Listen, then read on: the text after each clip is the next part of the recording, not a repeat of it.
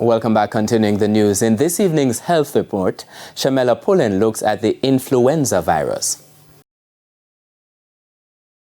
The traditional flu runs from October to May, but cases are often seen throughout the year. The University Hospital of the West Indies reports at least 10 cases daily. We see a large number of respiratory illnesses following the COVID pandemic.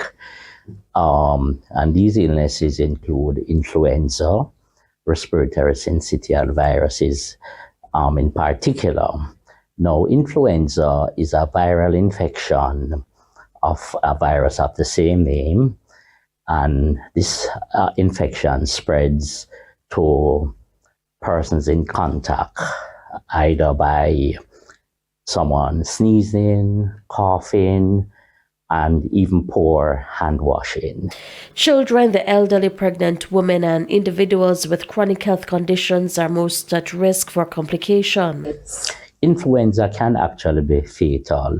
The two main common complications that we come across are pneumonias as well as sepsis, which is infection in the blood. Getting the annual flu shot is critical in reducing the risk of complications. All age groups are required to take the flu shot, including infants. Each year, the ingredients of the vaccine will vary because there's ongoing surveillance of the genetic changes in the flu virus, and as a result, the World Health Organization, working along with influenza centers, ensure that enough surveillance is done so that at any point in time for a seasonal flu, the vaccine has the right constituents. The flu can be treated using over-the-counter medications such as antiviral drugs. The symptoms usually go away within 4 to 7 days. These measures are very simple, such as cover your mouth and nose when you're sneezing or coughing.